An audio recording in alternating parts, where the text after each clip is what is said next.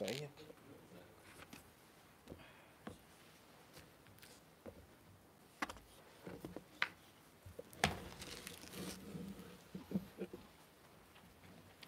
بسم الله الرحمن الرحيم.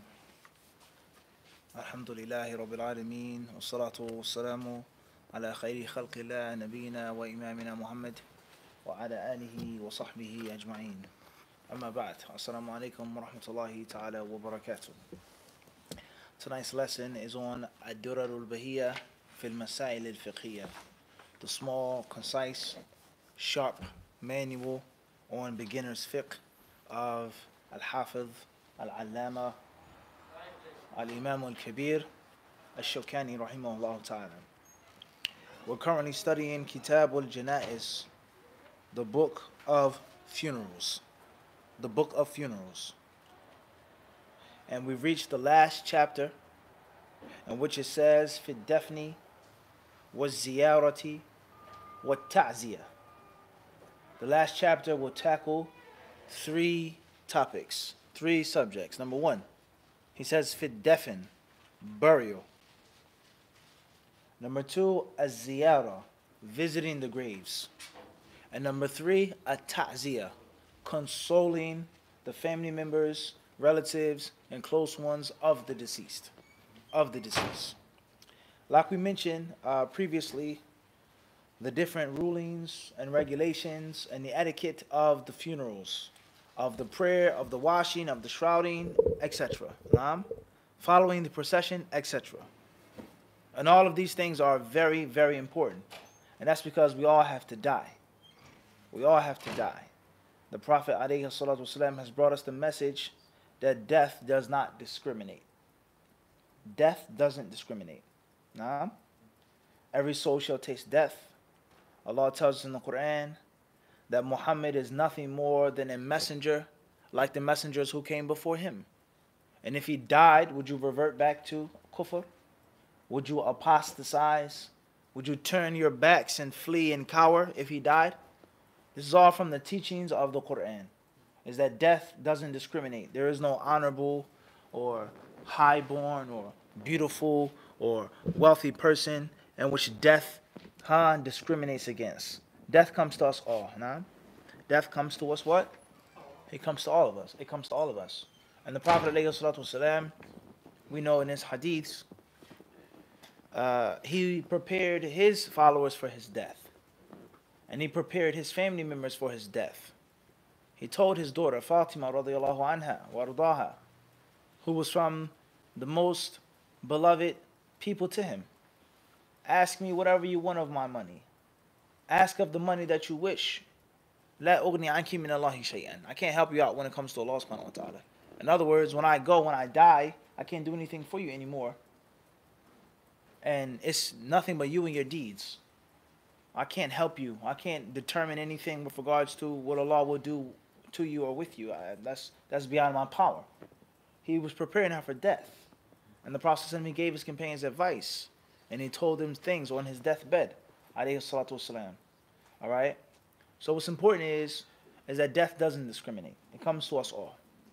And if we don't necessarily die at a time, if we live longer, Allah gives us better health, or He makes us more blessed not to die in a car accident, or whatever the case may be, our family members die. Everyone is going to die, someone that you know, a relative, a cousin, a son, a father. This is a reality. And sometimes those people who die are Muslims. And other times they aren't Muslims. And sometimes some of the people who die are pious, righteous Muslims on the Sunnah. And sometimes they're not pious and they're not righteous. Or they may be pious and righteous, but they're not exactly practicing the Sunnah as they should be. Alright? Let alone if they're kuffar, etc. So the concept of death and the reality of death and everything and all things that pertain to death is something which is the most important things for us to always study. And the more that you study a thing, and the more that you practice a thing, the easier it is for you to do it properly and for you to execute it, inshallah, as close as you possibly can to perfection when it happens. Like sports, like the culture of sports. That is the importance of practice. Not saying that you don't know what to do, or you don't have the ability to do it, or the natural talent, but when you rehearse something, and it's not just sports, let's say it in the arts. Okay, someone who is an actor or a poet or a stand-up comedian or someone who's in the opera or the ballerina. These people, they rehearse all of the time. And that way when they're standing in front of thousands of people, millions of people watching them, the next move, the next line, the next play becomes like an instinct. They don't have to think about it. And which a person could be overtaken by nervousness. A person could become embarrassed. A person can become shy. That's a lot of people now. And it looks easy. It sounds easy. You're sitting in a crowd. How did he make that mistake? What happened? How did he forget this? But you're not up there in front of those people. You see what I'm saying to you? So one of the ways of making sure that things take place in a perfect manner or close to perfect manner is constant practice and rehearsal. And we learn this. Firefighters, they practice on making it quicker and faster. Everyone understand this? Getting dressed, suiting up, sliding down the poles, getting into the engine, and rushing out of the station. Because that 20 seconds or that 30 seconds or that minute or that 2 minutes is someone's what? Someone's life. Someone dying from smoke inhalation. Someone being burnt or someone being killed. Everyone understand this? So rehearsal practice makes perfect. So the more that we know things theoretically, and the more that we practice them physically, the easier it is for us to execute them in a perfect or close to perfect manner, let alone affect something as brutal as death. That's rough. And it can shake up the strongest man and break down the strongest, most patient person, death. Someone that you love, someone that's close to you. And if you're not prepared, and if you don't know what to do, then it's a very big chance that you can make a grave mistake and fall into a big error that can hurt you or hurt the person who you love who has passed away. So learning all of the rulings of Islam are important, of course. And also learning the rulings of the janaiz. The ahkam, like we just talking about. The clear-cut principles, the rules, the proofs, the evidences, and also the things that may pop up and come up. People have questions, so on and so forth. And if a person who isn't learned, nor do they have a connection with people who are learned, and they're unwilling to study, they should not be dealing with janazas. And unfortunately, there are many brothers who do deal with janazas all of the time, and you find them from the most ignorant of people. You find them from the most ignorant of people. Or you find them of the most impatient of people. What service can you provide as a Muslim if you don't know the basics yourself? And more than the basics. If you haven't practiced your quote-unquote emotional intelligence, as they call it nowadays, in which you can control yourself, not to break down. Everyone understand this? So these are very important things for us all to reflect upon, huh? And with Allah Azza wa Jalla is all success. طيب, it says here, وَيَجِبُ دَفْنُ الْمَيِّتِ فِي حُفْرَةٍ تَمْنَعُهُ مِنَ السِّبَاعِ وَلَا بَأْسَ بِالضَّرْحِ وَاللَّحْدُ أَوْلَى ويدخل الميت من مؤخر القبر ويوضع على جنبه الأيمن مستقبلا ثم يستحب حثو التراب من كل حاضر 3 حثيات ولا يرفع القبر زيادة على شبر والزيارة للموتى مشروعة ويقف الزائر مستقبلا للقبلة ويحرم اتخاذ القبور مساجد وزخرفتها وتسريجها والقعود عليها وسب الأموات والتعزية مشروعة وكذلك إهداء الطعام لأهل الميت. He gives you the points without the proofs, without the evidences, without the differences of opinion, and without the explanation. Concise, lean. Bang, bang, bang, bang, bang. Easy and simple for the beginner to conceptualize. Just conceptualize something. Before you get into it and break it down and differ, you have to have the concept. What is being said? And it lies no doubt, many of us do not know what's actually being said. And many of us, we actually don't know what we read and what we hear. Let alone being sloppy and cutting and pasting and having sound bites in our heads. But we actually haven't, لم نتصور أصلا. Everyone understand this? And this is one of the most important ways of studying fiqh properly, is to conceptualize it and to organize it and put it in order. Everyone understand this? A basic, simple structure. Tight, moving forward. The author, he says, first and foremost, the first ruling pertaining to burying the dead, يجب دفن الميت. The dead, the deceased must be buried. He must be buried. It's obligatory for them to be buried. في حفرة تمنعه من السباع. And he must be buried in a pit or a grave or a hole in the ground which is deep enough to protect it from being desecrated. Protect it from being what? Desecrated. From its body, or the body being disrespected, vandalized and molested and harmed. An animal coming and picking at it. Birds, scavenger birds, wolves, dogs, dingoes, wild dogs, raccoons, foxes, possums, whatever is going to eat at that flesh and tear up at it. And also people who are, as they say, grave diggers. Nabash, yani, this is something which is well known in the Kalam of the Ulama. Nabsh al-Qubur. It's not something which is new in 2018 or 2019 or in Brooklyn. This is well known. People are what? Different types of grave diggers, though. May Allah what? Bless you. Different types of graves being dug up. Metaphorically speaking, or what? Or physically speaking. Al-Muhim, the grave has to be a means of protecting the deceased. It has to be a means of what? Protecting the deceased. So in our culture is what? 6 feet deep. Is what? 6 feet. Right? In the lines of poetry, in the movies, it's always what? 6 feet deep. Does it have to be 6 feet deep in Islam? Not necessarily. Maybe it needs to be more than 6 feet. Maybe less than 6 feet. Al-Muhim is that it's deep enough to protect the body from being what? Desecrated and disrespected. هذا هو. That's the ruling. Everyone understand this? So there may be a place in which the earth is soft, or it's very wet and moist. It may be a place in which you may need to dig what? Deeper than 6 feet, depending on the what? On the situation. Depending on the what? Depending on the situation. You may not have the ability to dig 6 feet. It may not have enough strength. It may not have enough manpower or woman power. It may be very bad weather conditions, extremely freezing outside. You don't have the ability to do that. Everyone understand this? What Al-Muhim is that the body has to be what? Protected. So the first ruling is that the body has to be protected. The body has to be buried. And the burial has to be a means of honoring the Muslim and or getting rid of the body. In the case of a non-Muslim, in which the people who are alive are going to be harmed and annoyed by that festering, putrid what? Corpse. Everyone understand this or not? Moving forward, he then goes on in detail by saying, وَلَا بَأْسَ بِالضَّرْحِ. And there's nothing wrong with burying the person in the middle of the grave. Having a grave and then making a smaller mini grave inside of the grave, a mini pit. Everyone understand this? So hypothetically speaking, let's say that the grave was 4 feet deep.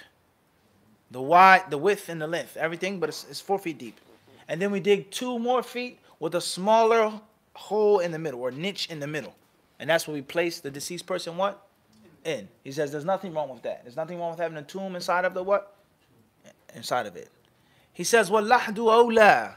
But the best thing to do is to make a small little compartment on the side of the grave. The lahd. A small little compartment on the what? On the side of the grave in which you tuck them in. In which you do what? Tuck them in. What do you tuck them in with? A slab of rock, wood, stone. The author didn't mention what? None of these things. So 2 main styles here.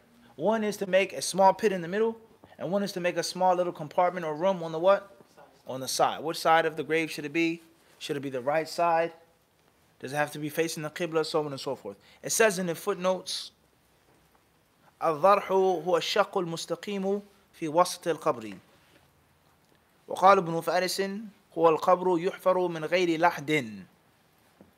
The darh in Arabic language has 1 or 2 meanings. Number 1 is what we just explained. And number 2 is the grave itself without the little small compartment on the side of the grave. The normal hole in the ground. You understand this? He then says here, اللحد الشق المائل في جانب القبر مما يلي القبلة. And the lahd الشق المائل. It's a cut inside of the grave which is turning, leaning or pointing to يلي القبلة, going towards the what? The Qibla, towards the direction of the Qibla. He says here, وَيُدْخَلُ الْمَيِّتُ مِنْ مُؤَخِّرِ الْقَبْرِ. And the deceased Muslim should be placed at the back of the qabr. You should enter him into the grave from the what? The back.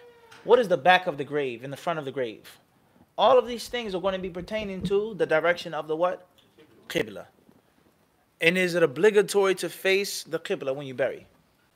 And if it isn't obligatory, is it even recommended? What's the proof for that? What's the dalil for that? The authentic dalil from the sunnah. We're not here to explain what it is or what it isn't. Al-Muhim, the author's view is that the body should be placed in and the qibla should be taken into consideration. Based off of which direction the qibla is in, is going to determine everything else. Because we're going to mention about being lay upon the side, the right side. So if the qibla is this way, and the body is going to be placed upon its right side, then that's going to give you a direction of the what? Of the grave. The front of the grave versus the back of the grave. Everyone understand this? Everybody clear on this? The front of the grave versus the what? The back of the grave. طيب. He says here, وَيُوضَعُ عَلَى جَنْبِهِ الْأَيْمَنِ مُسْتَقْبِلًا. And it's recommended for the deceased to be placed upon his or her what? Right side. Facing the qibla. Facing the qibla. Is that obligatory or is that recommended? The author says that is how it should be what? That's how it should be done. Moving forward. He says, ثُمَّ يُسْتَحَبُّ حَثْوُ التُّرَابِ مِنْ كُلِّ حَاضِرٍ ثَلَاث حَثَيَاتٍ. He says it's also recommended for each and every attendant or attendee to take 3 handfuls of dirt and toss it over top of the grave. And i.e., in simple layman terms, everyone should participate in the scooping of the dirt and the throwing of the dirt or the tossing of the dirt. And obviously, when you go to a janazah, you see all types of stuff. All types of stuff. You see all types of things. Things that are good that make you happy, and things that are which are atrocious and make you very, very, very sad.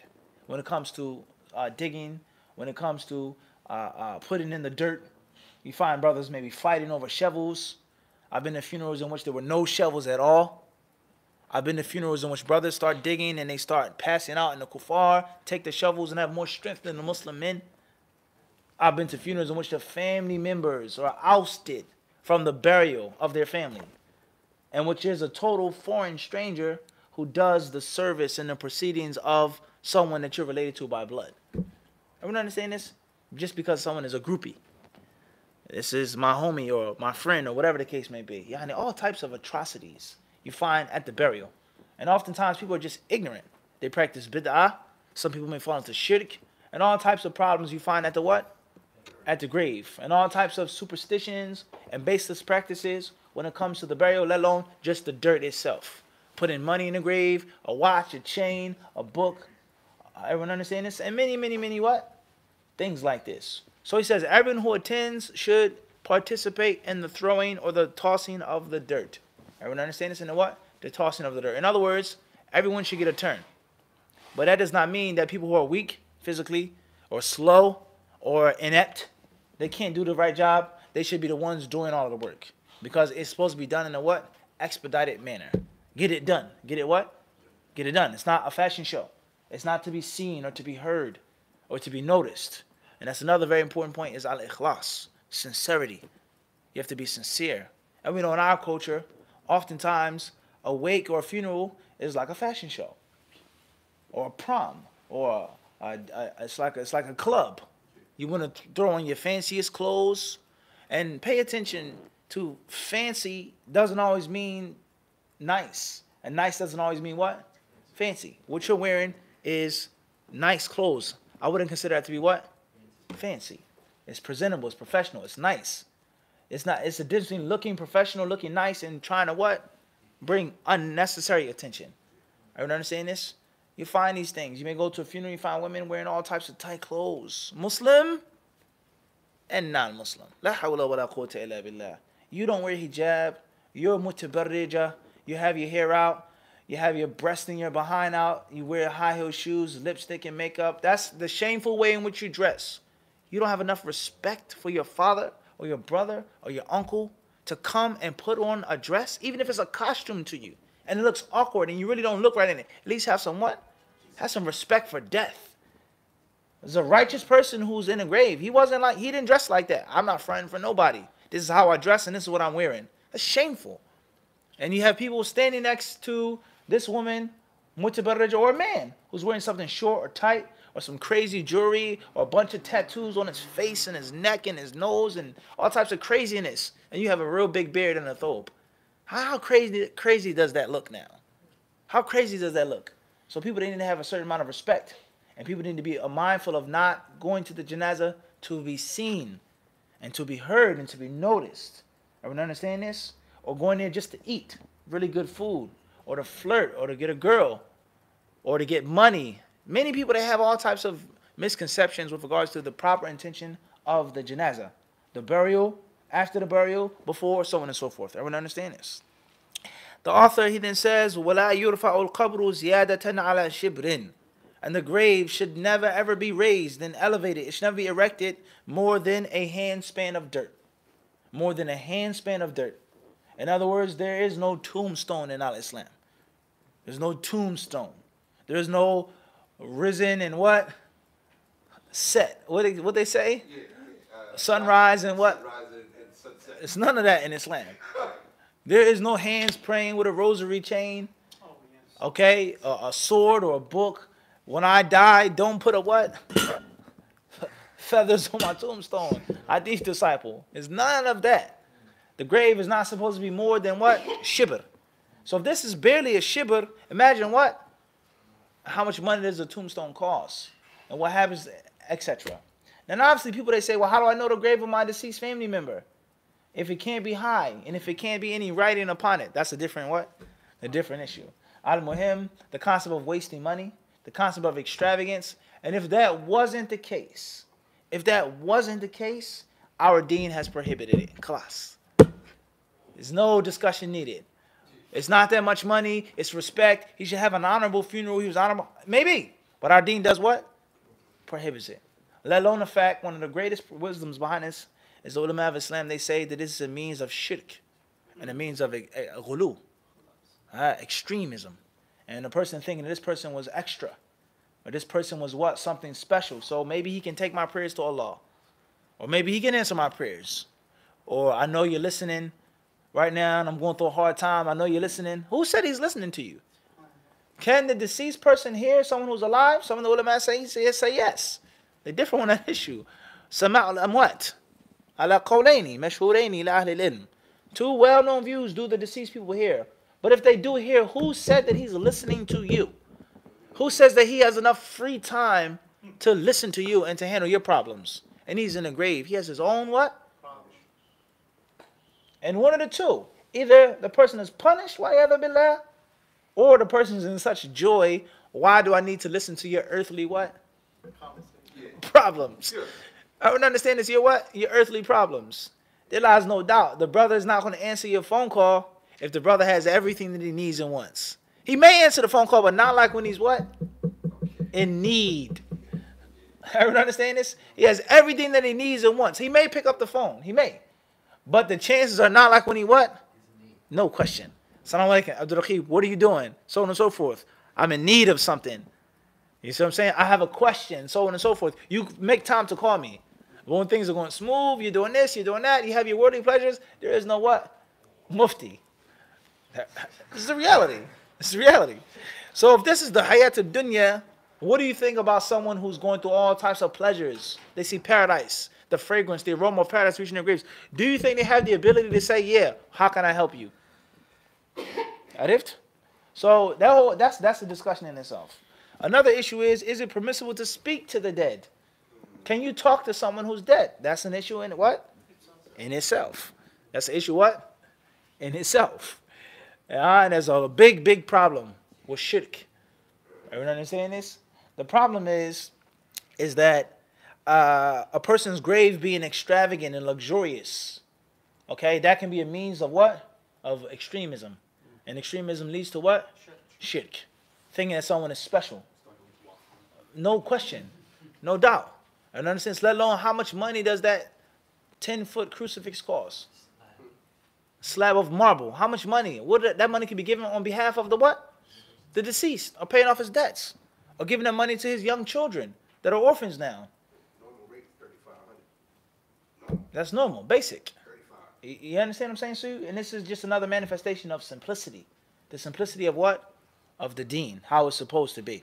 And as we mentioned in last week's khutbah, one of the reasons why the Muslims, one of the many reasons, there are other reasons, but one of the reasons why the Muslims, many of us have went astray, and the things that the Muslims had cracked and crumbled and faded was because we wanted to imitate that luxurious lifestyle at all costs. At all what? At all costs. Everyone understand this? At all costs. as they say, the story of one of the leaders of the Muslims who was in love with a woman, a very beautiful, charming woman, a princess from another country, another kingdom. So he was courting this young princess and talking with her family, corresponding with them through letters, etc. He would visit her, she would visit him, etc. So when everything was agreed upon, and he was to marry her, he says, I want to do something special for her. I don't want it to be a normal, basic, average marriage. And these are two countries which are very far apart. He says, I'm going to furnish and provide rose petals to be laid on her path from her doorstep all the way to my sacred bedchamber. Huh? Sacred bedchamber. Rose petals, right? So back in the day, now imagine now how much money that would cost. How many roses you have to buy if a person was, let's say, I'm in New York and a person's in Florida. How much money would that cost? Or maybe even not that far. Let's say New York and what? Virginia, Methane, Delaware. How much money does that cost? Let alone back then, how scarce these flowers were. What season was it in when he wanted to bring her? Where did the flowers have to come from? And he said, I want it to be a wide, broad road full of petals to totally enchant her. Everyone understand this? So obviously his advisor said, we don't think that's a good idea. That's a great amount of money. That's a strain on the state. It's not coming from your own personal purse. Beitul Mal. And he didn't listen.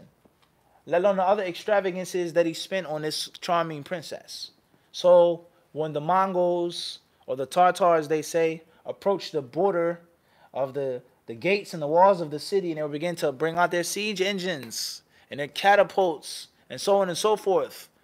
The leader, he said, what are we going to do? And the general, he said, what do you mean, what are we going to do? Those rose petals, that extravagant wedding, all of the money that you spent and wasted, we don't have enough money to finance a strong defense of the city. Everyone understand it's a strong what? A strong defense of the city. And we all know there are many other stories with regards to the Mongols and the Tartars. Are they the same people or not? Al-Muhim. Many stories in which they invaded the lands of the Muslims. And when they captured some of those Muslim leaders, we know the famous story of one of them who tied them up in a carpet. He took the Muslim ruler and he rolled him up in a carpet. And he basically had him trampled on with horses.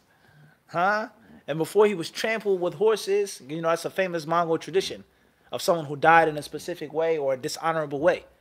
If he was a traitor, he was trampled on by what? Horses. They would run back and forth over him when he's wrapped up inside of a rug.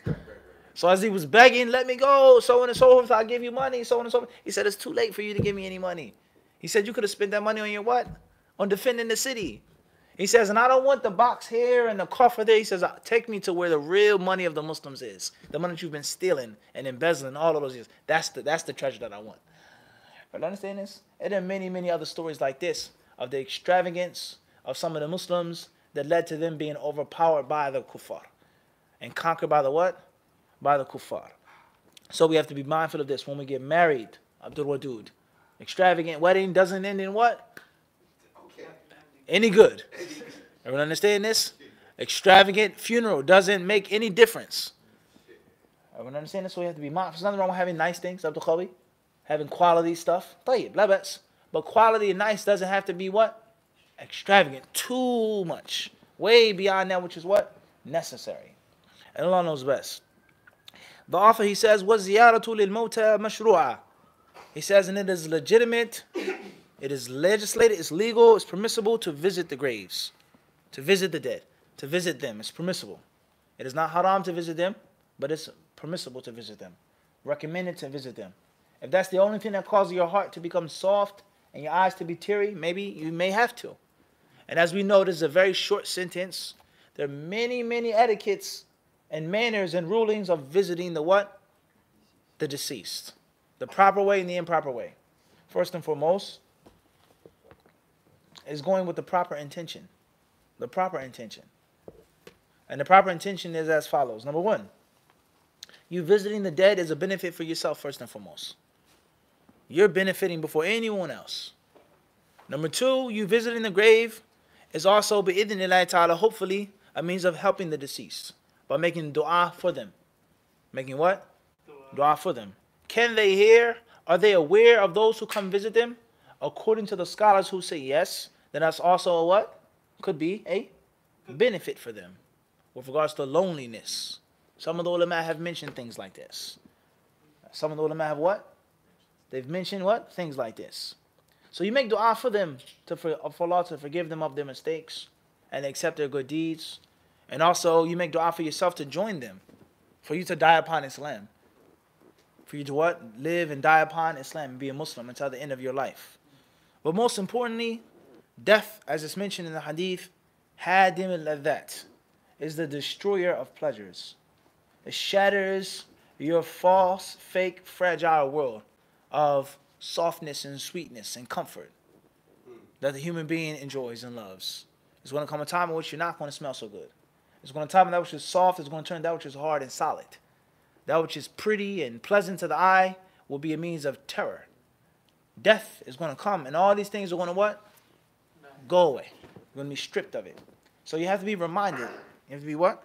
Reminded. And there are many other benefits in visiting the grave, implementing the sunnah, showing the strength of the Muslims, the unity of the Muslims, and the list goes on.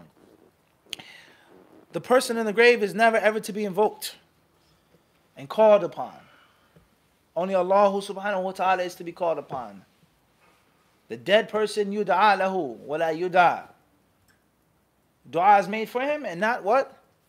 To him. Dua for him and not to him. And that doesn't include anyone. The Messenger of Allah, alayhi salatu wasalam, Abu Bakr, Umar, anyone. Everyone we pray for and not towards. Also bid'ah, such as sitting at the graves, resting at the graves, sleeping at the graves, eating at the graves, lighting a candle at the graves. A person may make a sacrificial slaughter for Allah at the graves. He says, Bismillah, Allahu Akbar. But it's at the graves. The Prophet didn't do that. It's bid'ah. And that leads to shirk and it leads to kufr. And anyone who travels to the Muslim lands, he goes to Egypt or Morocco or Mauritania or in other countries, you'll find Pakistan, all types of things which will make you cry with regards to the shirk and the kufr and the bid'ah that takes place at the graves. And you see people living in graves. Alright? And anyone who says anything against them or not to do that, he's a Wahhabi. As if the Prophet _sallam didn't say these things about the graves and warn us from the graves. And like we mentioned about Christmas, what some Christian scholars say. Some Christian scholars, those who reject the whole entire idea of Christmas, they say one of the worst problems with Christmas is not just the paganism, the heathen roots, the consumerism, spoiling your children. It says the fact that it puts Christ on a lower level than Santa Claus. It puts Christ on a what? A lower level than Saint Nick. And how is that? He says, the one who knows that you're naughty and nice is Jesus Christ or Santa Claus? Santa Claus. He knows who's naughty, who's what? So that means that the child is behaving and getting his act together for Christ or for Santa Claus. So Christ is beneath Santa Claus. Let alone the fact that how does he know whether you're good and whether you're bad? All the children in the whole world. That's something that Jesus Christ may not even what? No, according to their doctrine. And the concept of their hearts being connected and fastened to one who's going to give them gifts and worldly material things. And what Christ said to his disciples, and then their disciples, be in this world, but not what? Of this world. All of these problems happen with what? Santa Claus. Let alone lying to your children. You lie to your children. Santa Claus is just a lie. It's a white lie, right? Not a black lie. A friendly lie. He says, but when children, they grow up, they may ask themselves the question. I'm quoting a Christian scholar now. Not Bin Baz, Ibn Taymiyyah. A Christian alim. From the ulama of what? Christianity. And they do have scholars. So he said that if we lie to them about Santa Claus and it's just a white lie, the child could ask, well, what else did my parents lie to me about? Maybe Christ is a lie. Maybe Mary's a lie. Maybe the whole concept of redemption is all hocus pocus and a big lie just to keep us to behave. Just like Santa Claus was a big fat lie. If you do bad, you won't get a toy. Who's naughty, who nice? Here comes Santa Claus, right? The sleigh. They give powers to Santa Claus as if he's a deity. He can see everything. He can hear everything. He rewards. He punishes. He has superhuman, supernatural speed and power to be in every house, every chimney, so on and so forth. That's clearly problematic to the Christian doctrine. And the same applies to the people in the graves. They give to those people in the graves more than that which they give Allah. And they hope for the people in the grave more than they hope for Allah. And they fear from the people in the graves more than they fear for what? For Allah. So they may say, well, bal ahya, yani they're alive. The Quran says they're not dead. The martyrs aren't dead. They're alive. So therefore, they can take my dua to Allah Azza wa Jal. And you find yourself invoking that person more than you invoke what? Allah. And give more service and servitude and humility to them more than Allah Azza wa Jal. And that's clearly what? Problematic. Let alone the fact that it's shirk from the get-go. And it's against the sunnah in the get-go. So forget Ibn Abdul Wahhab. As we mentioned in the explanation of the 3 principles of sunnah. Forget. Ibn Abdul Wahhab means nothing. Get him out the picture. Labas. Wahhabi, you're right. You're so right. Ibn Abdul Wahhab, he was a British conspirator. He worked with the British, Prince of Lawrence of Arabia, all the khalas, never. Get rid of Saudi Arabia. But what does the Prophet say? What can you say about Sahih Bukhari, Sahih Muslim? The books, the ulama, Imam Malik was asked about a grave. Abu Hanif was asked about this. What are you going to say about that? And if it's not the Wahhabi Aqidah, then what Aqidah would you like the Muslims to be upon? Floating in the air, flying around, Sufi grave worshipping people? Is that what you want? So the people, they become so hypocritical when they talk about Wahhabis. But you ask themselves, so what is better? What's the better option than the Wahhabi way? Tafaddal. So Ibn Abdul Wahhab said the graves have to be, done away with. The tawaf, the dhabh, al-half bi-ghayri ma anzal, al-half bi-ghayri Allah, al-hukm bi-ghayri ma anzal Allah. All the things mentioned in Kitab al-Tawheed. If you take all of those things away and say that all bid'ah that he brought just to kill the Muslims and legitimate the Saud state, no problem. Maybe it was. Well, what alternative are you offering them? What alternative were you offering them? What Aqidah was widespread in his time before his da'wah? What were the Muslims saying and doing? Was it Quran and Sunnah? History is the best proof. So the people are very hypocritical when it comes to these things. Another etiquette of the grave is not to say things which are foul and say things which are baseless. And that includes lying, slandering, that includes shrieking and wailing. That includes making unnecessary jokes, backbiting. That includes begging for money. That includes a plethora, a list of things that people do at the what? At the graveyard. Also is the concept of mixing, free mixing. Mixing which is haram. The mixing which is not from the sunnah. And that also goes back to one's dress code. How you dress. What are you wearing at the funeral? Are you trying to look sexy and attractive? Or are you going there as a widow, as a mourner? Everyone understand this? And that's another problem with consumerism as well. Buying the most expensive shoes, the most expensive suit, the most expensive dress, the most expensive jewelry, just to be seen. And that's a problem. And that leads to all different types of problems. They may go to your funeral crying and wailing, and you make zina with his wife that night. Or his daughter, or his sister. This is reality. And many people, they fall into this. Tayyib. What is the ruling on women visiting the graves? Is that permissible? The author didn't specify. He says, what ziyarah? Visiting.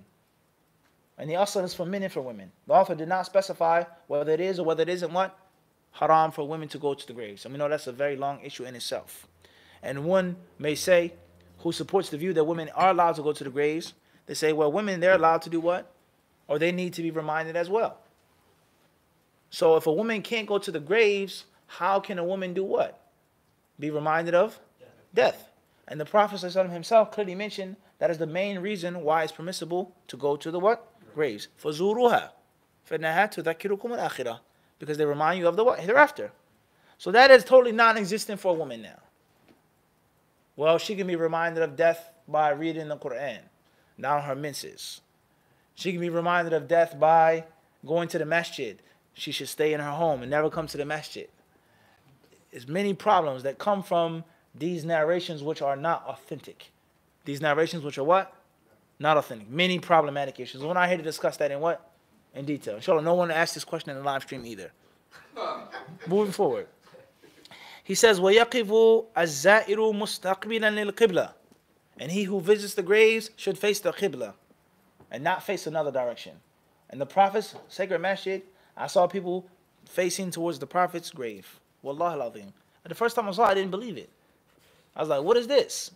Like, maybe he has the wrong qibla direction or something. Like here in this masjid. Is it east or what?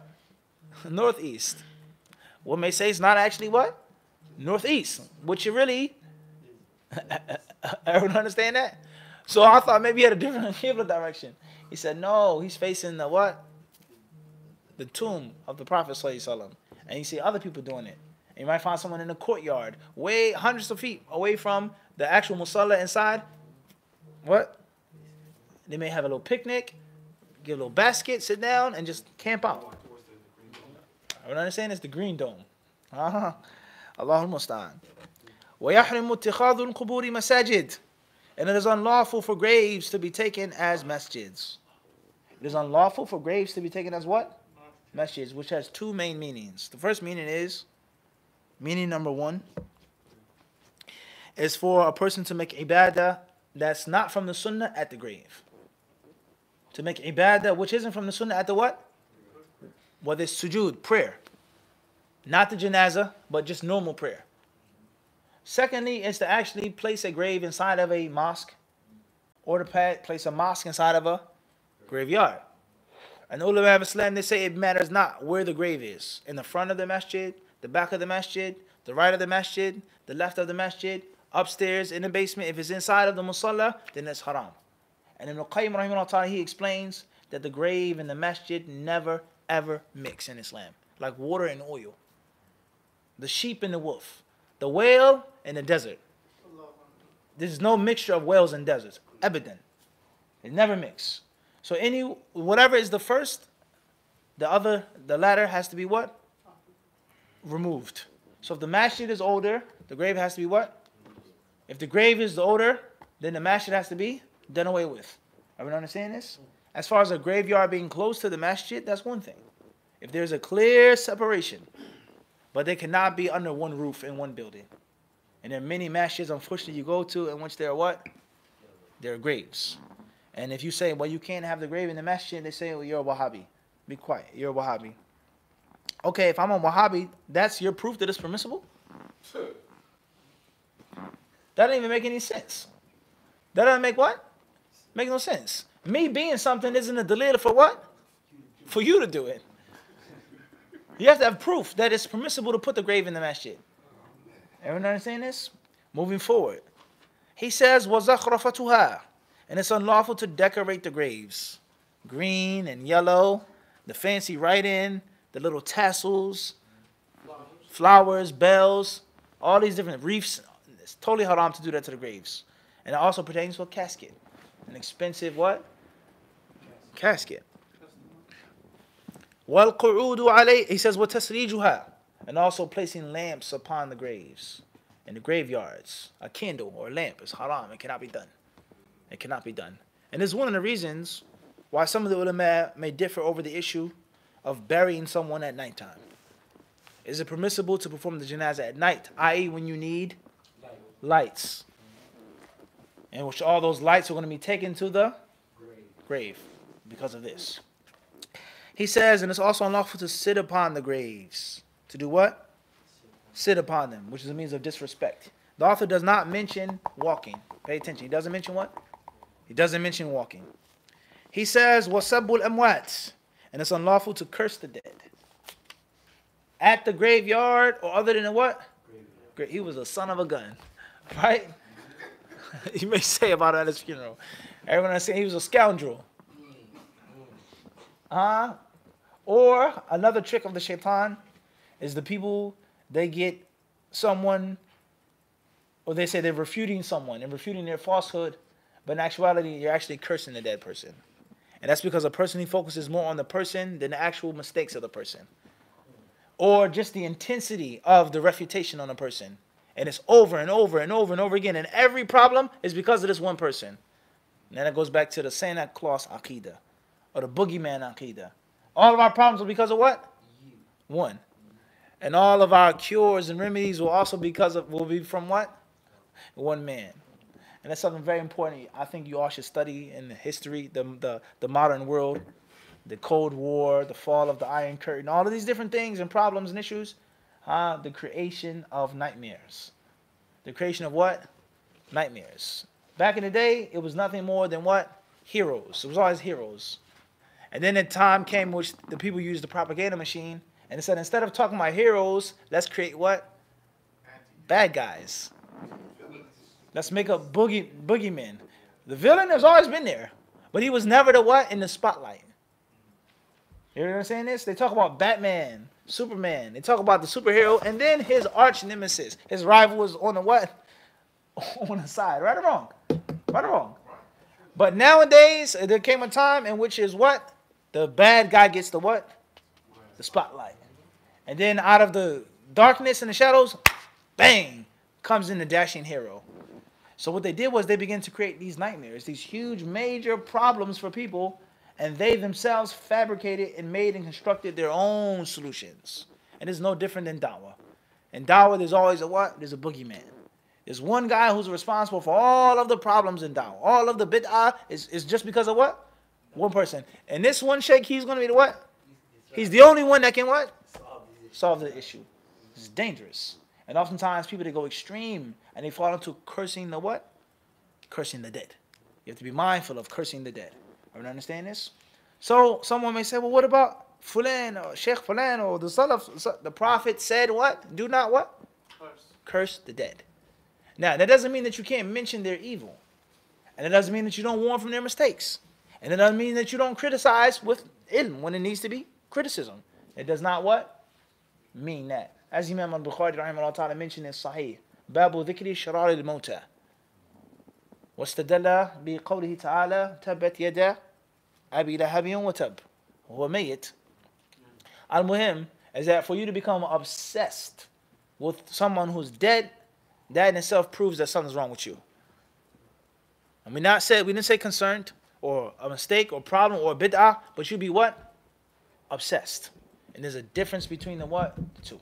Refuting someone is one thing. Being obsessed and having a man crush is what? Whole different story. And that's what we find oftentimes in da'wah. Someone's just obsessed with somebody. They can't stop talking about him day and night, day and night. One person. Moving forward, the author, he says, وَالتَّعْزِيَةُ مَشْرُوعَةٌ. And it's also from the sunnah, and it's also legitimate for a person to make that which is called ta'ziyah. And ta'ziyah means to give condolences. To give what? Condolences. May Allah have mercy upon your deceased brother, if he's a Muslim. May Allah ease your suffering. If a person says, I'm sorry to hear that, it saddens me, you're lost. May Allah make it easy for you. May Allah help you. Give someone a hug. You give someone something to console them. I hope you feel better. La ba's. There's what?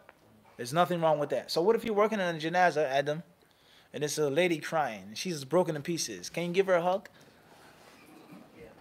Can you console her? Can you hug her? That was the question. You can't hug her. You can console her. What better way of consoling a woman broken down in tears than a what? A good hug. Your pants. Right? You look good. You look professional. You smell good. Cologne. And she wants a what? A good hug. Allahumma musta'an. This may happen, right or wrong? No doubt. You have to be mindful of this. Also making a ta'ziyah of someone who's not a Muslim. What to say, what to do. It doesn't mean that it's haram, but you can't say, may Allah have mercy on him. Remember when Whitney Houston died? The brother, he said what? He said, Rahimahullah. Am I making this up? He said, may Allah have mercy on her. Whitney Houston. Whitney Houston, we don't know how she died, but that which is apparent is that it wasn't upon what? Islam. So there's no making dua for Whitney Houston or anybody else, all right, of a celebrity, let alone your family members, right? And there's a way of doing it. You don't go excessive. You don't go extreme. You don't go overboard consoling someone. Keep it moving. Simple, basic. You have sympathy. You have empathy. You have care and concern and affection. But there's a what? There's moderation in every single thing.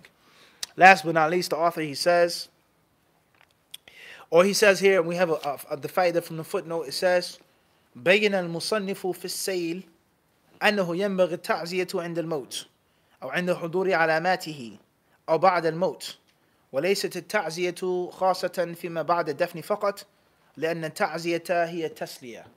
He says that the author, Shawkani rahimahullah, he's explained in a larger work of his, another book, not this metin, not this manual, a larger book, is that it isn't a specific time for consoling someone. It doesn't just have to be after death. Rather, you could console someone at the time of sickness. When someone's in a coma, or they're not doing too well, they're in the hospital. May Allah, I'm sorry to hear that about your father. At the time of death. There doesn't have to be just when a person is what? Dead. And that's because at that time someone is wounded, they're injured, they're hurting, and they need to be consoled. So the consoling someone isn't specific to what? After death. Everyone understand this? Tayyib. Now, what is the ruling on giving flowers to someone who lost someone? Is that permissible? Is that from the sunnah? Is that halal to do that? Is that the graveside or no? Not at the graveside, like somebody's house or even in a hospital. Tayyib. Anybody else? Everybody agree? You don't see why not? Someone dying or just consoling? Either or. Maybe someone sick is one thing, but Sick or dead. Either of the two. I'll let the name. someone dead, maybe it could lead to something, but someone sick. Tayyib. So it could lead to something if someone's dead, but maybe not if they're not dead. Tayyib. Khairan inshallah. Last but not least, he says, وَكَذَلِكَ إِهْدَاءُ الطَّعَامِ لِأَهْلِ الْمَيِّتِ. And also, is giving food to the family of the deceased. To give them food. And not necessarily for the deceased people to what? Give the people food. And which becomes a banquet. So let's go over and bring the food. Let's go over and cook. Because she's crying, she's hurt, she's wounded, it's difficult. It doesn't mean it's haram for them to make food. Because a person, they may seek therapy through cooking. Many people, they cook because they relieve stress. And they like to please people. And there lies no doubt, someone who makes the food with heart and soul and spirit is not like someone who just like fast food. That's why they call it what? Soul food. Everyone understand this? And that's why we call ilm what? Soul food. Food for the soul. Everyone understands? But the concept of something home cooked, hearth, it's made with heart. You understand this? And then when your wife is not pleased with you, the food doesn't what? It may taste good, but it doesn't taste the same. That extra little, it's not in it anymore. Everyone understand this is a reality. It's not the heat of the food is not the same. Wow, when she's pleased with you, it's how a person feels. You can feel it in the what? In the food. You go to a high-end restaurant, the cook, the chef, he will come out and says, "What? How was the what? How was the food? Was it good?" And he knows that it was good. He's a first-class 5-star general in the kitchen. He knows that it was good, but he wants to be what? لِيَطْمَئِنَّ قَلْبِي. Ibrahim, he said, for my heart to be at what? At ease. Oh, Allah, show me how you give life to the dead. Allah says, do you not believe? Of course I do, oh Allah, but I want to what? So it's nothing like having your heart at ease. So somebody, they may cook because it's a means of what? Taking their mind off of the tragedy. Or something that they enjoyed. Or they may say, my mother taught me to cook and I'm carrying on her what? Her legacy. We mentioned this. When my father died, I did a class that day. And they said, why are you doing in class? You should be at home. So on and so forth. I told the older brothers, it was in South Philly, I said, I think if my father was alive today, he would want me to teach a class. I think that he would want me to what? That's me honoring him after his death. It's about teaching the class and carrying on what he instilled in me. Everyone understand this? I'm with him. The concept of reciters coming to the house and making a grand, big banquet, and the people coming just for the food and the drink, that's a problem. And also being a spendthrift and being excessive. I mean, that's also what? A problem. Now, and if you have a household, and you have family members who are coming, and there are guests coming, then that may be a what? Different story. That's the end of the chapter. This is only the tip of the iceberg, and you only see 1/10 of the iceberg. Some say 1/3, but it's actually what? 1/10 of its actual size. You know what I'm saying? It's like the Titanic, right? If that was the huge chunk of ice, imagine what was what? Beneath the water, and it was too late to turn away. If that's what actually happened to the Titanic. There are other theories. There are other what? There are other theories. The other madhahib. Al-Muhim, the maqsood, the point is that it is now your job to pick up Sahih al-Bukhari, to pick up Summarize Sahih Muslim, to pick up Sunan Ibn Majah, to pick up Jami' Tirmidhi, to pick up bigger fiqh books, to Google, to search lectures on what? Janazah. And take the structure that you have and do what? Build on it. And expand it. And any questions or things that aren't clear, you need more clarification, it doesn't make sense, is this correct? Because we never said what we agree. Then you ask. And that's how you study properly. You take the small, simple things and you do what? You build on it. You ask questions and you research and wahakadha. You move on to another book, into another lecture. Wahakadha. You know what I'm saying? This I only pour in what? A little bit. And the rest you have to what? You have to pour in. Allah Azza wa Jal surely knows best.